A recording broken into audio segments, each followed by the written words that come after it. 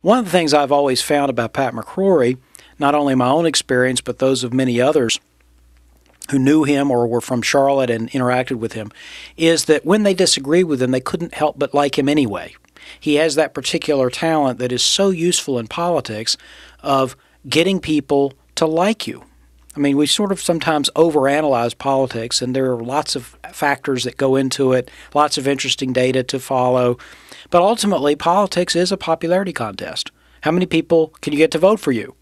And Pat McCrory has that talent not just on election day or the run-up to the elections, but also in working through coalitions and getting things to happen. When he was on the city council and mayor, he worked very effectively across party lines, across city lines. He helped to create a coalition of big city mayors within the North Carolina League of Municipalities to work on issues of common interest.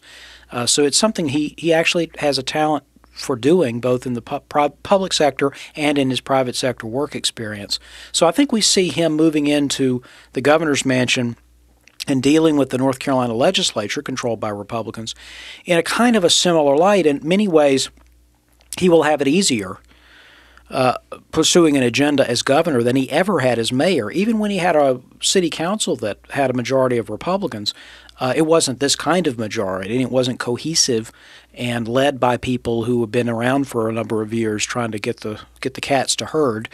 And so I suspect that what McCrory has in mind, action on tax reform, action on education reform, action on transportation, which he talks a lot about, and action to respond to the Obamacare crisis.